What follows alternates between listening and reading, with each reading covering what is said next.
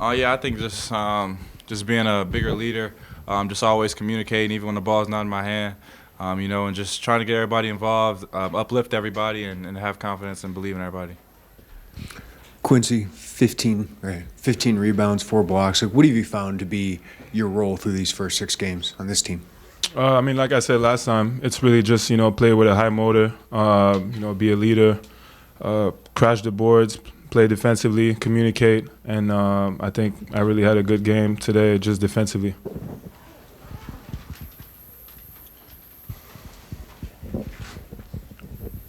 Ty, what do you think was the key to getting off to a good start tonight, and how much did that matter for you guys?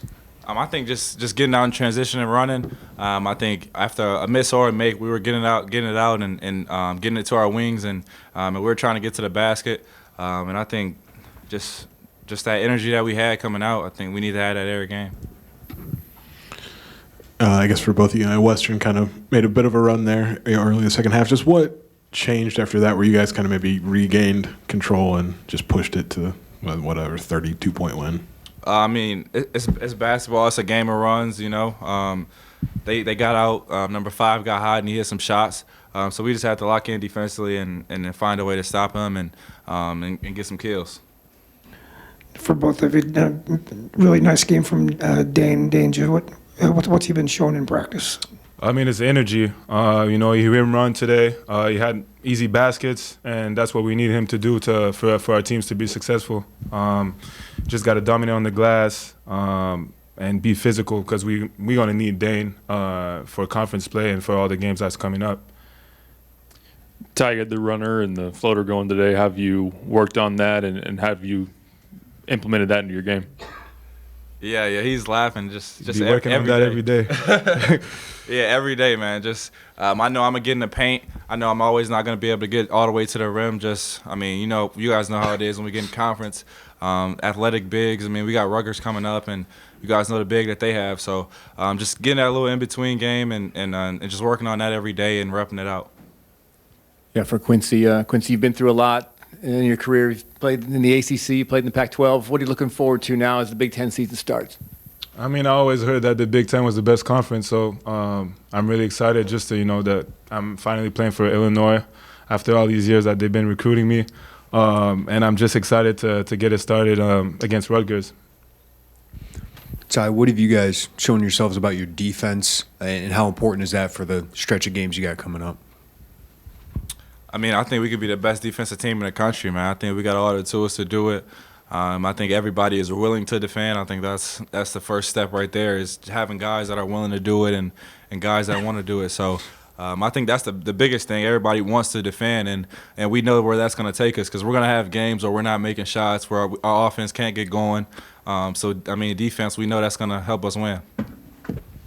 Yes, Ty, what did you maybe just like about the offense in general tonight? Just maybe one of the more efficient efforts. Say it again, I'm sorry. What did you like about the offense tonight? Just maybe one of the most efficient games you guys have had all year. I think we moved the ball very well. I think after, like I said earlier, after makes and misses, we were just getting it out and running and getting it out to our wings, and we were just running, man. Quincy, at 23 over here, 23 second chance points. Has that been a point of emphasis for Coach Underwood? Is that getting on the offensive glass? Oh, yeah, for sure. He said it from the first day we started practice. We have a lot of good athletes on our teams, and, that can be one of our strengths, to just, crash the board and, get some easy baskets. That's going to get our defense going and just our energy going too. Quincy, you mentioned that they were recruiting you out of high school, out of Syracuse. How does it feel to now be living what they were talking about, and how does it line up to what you maybe expected? It really feels like it's family already. Just the way that people really just be talking to me, and just, I feel like it's been family since I got here. I have the greatest teammates in the world, to be honest, and I'm not just saying that to say that. Like you said, I've been in a lot of teams, and there's just that chemistry already that I can feel that is different from the other previous teams I played, and I'm really happy to be here and to have a great season. Quincy, I know Brad, after a game of the season, said that you had a child, so congrats on that. Yeah, thank you. But, how much does that change you and change, I guess, your approach as a person, as a player, if that makes sense? It changed my life. Definitely changed my life. It's the greatest thing in the world, to be honest, and it motivates me. Every day I'm just trying to be a better person, just on and off the court. And, I'm the oldest guy on the team too. So, I'm trying to just, be a leader out there. And, like I said, I'm having fun with my teammates, and I'm really happy about my situation right now. Ty, you guys got some good looks inside, but how much does the game change when maybe Terrence and Luke are making threes at the rate they've kind of made them all season? I mean, it changes a lot. It opens up for guys to get downhill. We've seen a lot of teams, they've tried the game plan to go under everybody's screen, and that hasn't worked out good for a lot of them. So once those guys get to hitting, and as you see Terrence and Luke, they can get on fire just like that. So when they're hitting, it just opens up the lane for everybody, and it allows us to get downhill. Quincy, I got to follow up with the dad question. I know it's in season, but what's the experience been like? What's stood out so far? It's been great. She's the greatest baby in the world, to be honest. She's been sleeping a lot.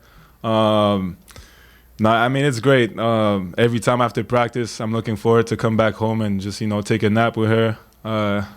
And I'm just really, like I said, I'm really happy. Me and my fiance, we're just really grateful for a baby, and it's great. It's been great. Ty, how do you guys view this upcoming stretch? Rutgers, then FAU, Tennessee, some big matchups. How do you feel you guys are ready for that, and what are you looking at with that? Yeah, I think we're ready for that first conference game. We're taking everything one game at a time, but we know we got some big games coming up in a long stretch. But it really just starts when we go back to practice tomorrow or whenever that is, and really just locking in and being locked in. We don't play till, I think it was Saturday, is it? So we got to have a great week of practice leading up to that, and we're staying in New York. So, we just got to be locked in and focused and mentally at practice every day. Really good start tonight. I thought we were hats off to Dane Deja, my opinion, player of the game. Just his presence, rim running. I thought he really controlled the paint. You partner him with Quincy, and 15 rebounds. Kind of a unique night, I think, for Terrence. I don't think he had a point. I'll get that right. And it was still equally as productive. But things change for us when Dane's putting pressure on the front of the rim with his speed and his running. Amani's always been very good at that. Even though Amani's line doesn't show a big night, his presence at the front of the rim opens things up. I thought Rodgers was fantastic, especially early. Just getting the ball into the paint. We knew this team collapsed very hard, and our kickouts, spraying the ball, were great. Luke got going, and again, he's one of the top 3-point shooters in the country.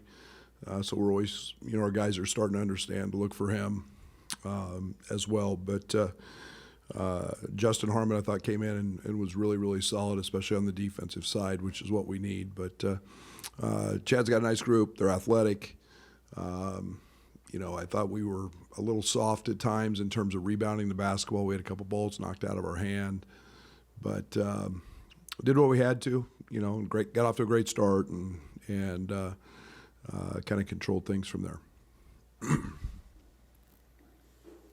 Brad, Ty said everybody on this team wants to defend.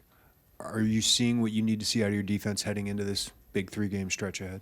Yeah, we're getting better every day. And every game's presented itself with a little bit of a different hiccup. Tonight I thought we got a little bit soft on a couple of switches, and their kid jumped up and made a couple threes. Well, we're going to see that, in upcoming games. But I think our execution of what we're trying to do, we wanted to get into what, one of our ices tonight, keeping the ball on the sideline. They play a lot in the outside thirds, trying to get the ball to the middle of the floor. One of the things we wanted to do is try to take that away. I thought we did a really good job with that. I thought Dane was very active in our ball screen coverages. So we're getting there.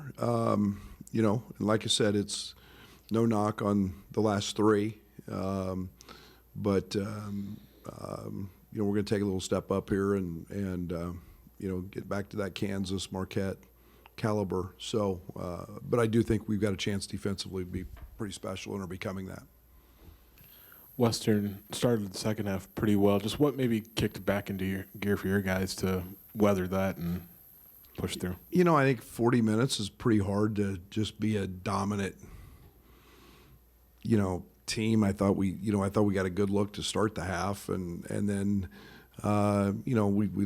they get a couple baskets in the paint, and a couple of them offensive rebounds that we don't secure. So, I think it was just a little run there that they hit us with, and 10-0 maybe, or 8-0, and then we kind of settled down and just kind of got back to it. Yeah, Brad, kind of feast or famine from the arc this year. You've got Luke and TJ who are tearing it up, and then some struggles from guys who are hitting in the 30s in their career percentage-wise. Are you happy with the shots they're getting? It's just a matter of keep shooting, or is there things you're trying to do to get the rim unlocked for them? Yeah, in Quincy's case, Quincy had a pretty nasty wrist deal that he's still kind of fighting, and he kept shooting, and we kept telling him to shoot it.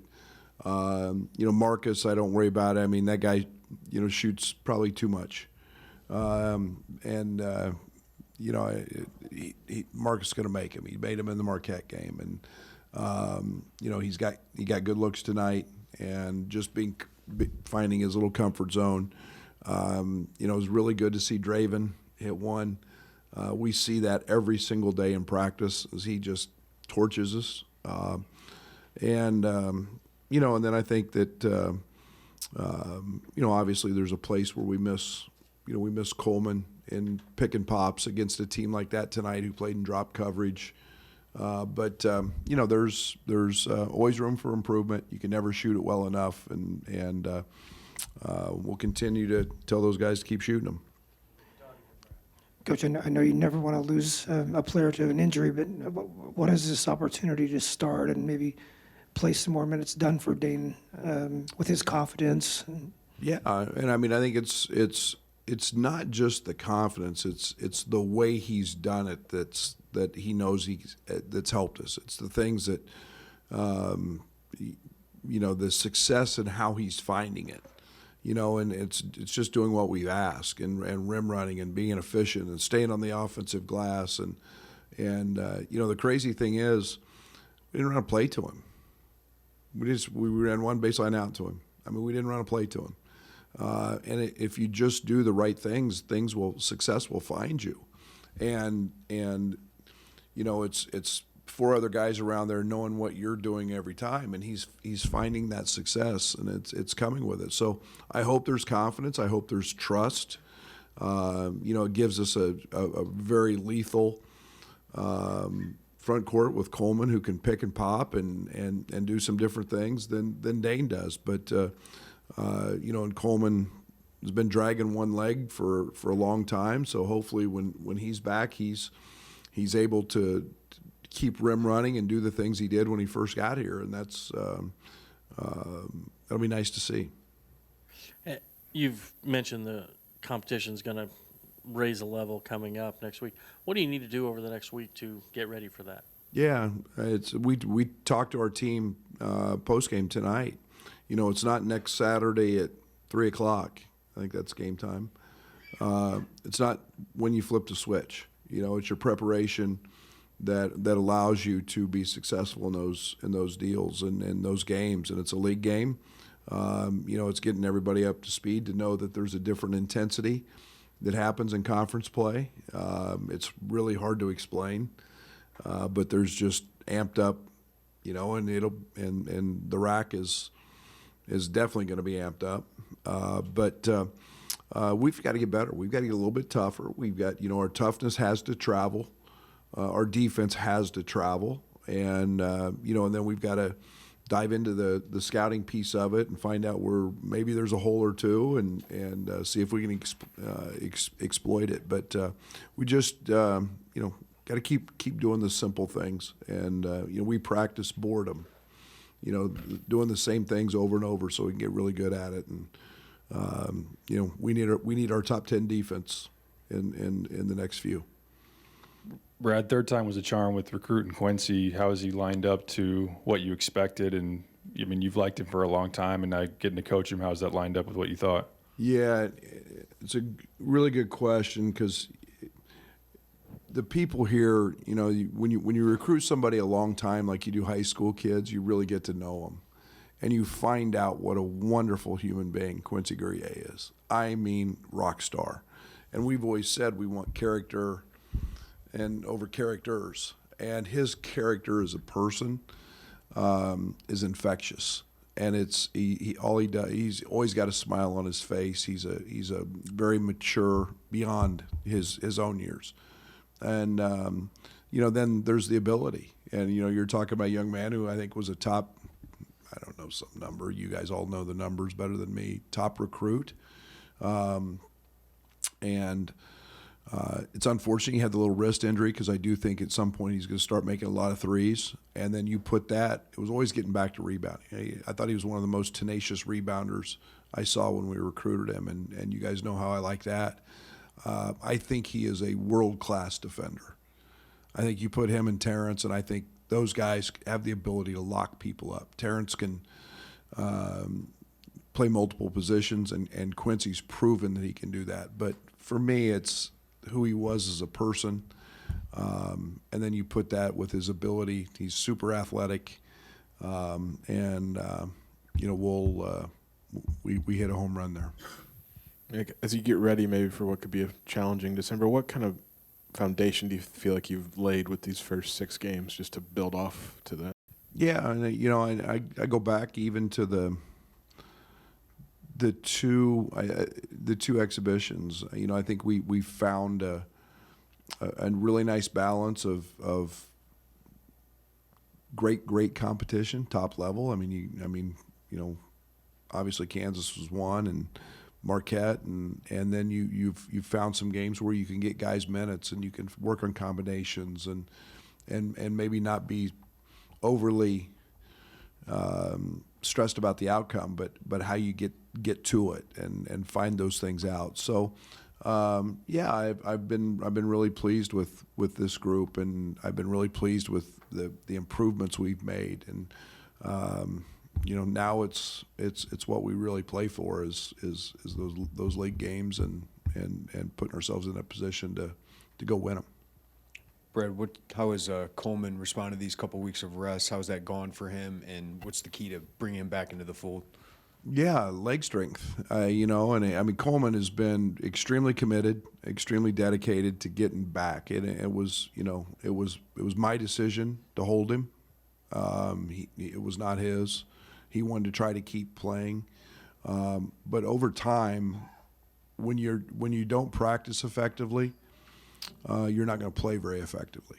And we were getting to that point where Coleman was spending more time trying to rehab and recover and just get through a practice, and then he wasn't practicing. And so you're going to find inconsistent play throughout, no matter the fact he's a fourth-year guy with us.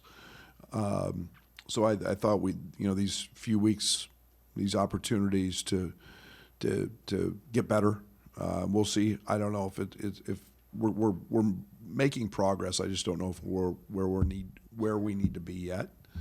But long term, it was about him being back to 100% because he's been fighting this for quite some time. Anything new with Nico? We saw him on crutches today. Just a foot injury, and we'll keep doing with him what we're doing with. We've got one of the greatest trainers. We've got the one-of-one recovery room in the world. I saw Nico today after a 2.5-hour nap in the hyperbaric oxygen chamber, and I wish he would sleep in it. And Coleman's been doing the same thing. So they're getting better, and we'll just we'll have them when we have them. This is just something I noticed, but Sincere had been dressing for games and going through warm-ups even after the announcement that he was going to redshirt and didn't tonight. Was there anything? Is there anything that I don't know. about that? Or? That's a great question. I didn't even. I'm not going to play him, so I guess maybe just being in sweats and. Yeah, I probably should know that, but I don't. I noticed it. I didn't say anything to him, so.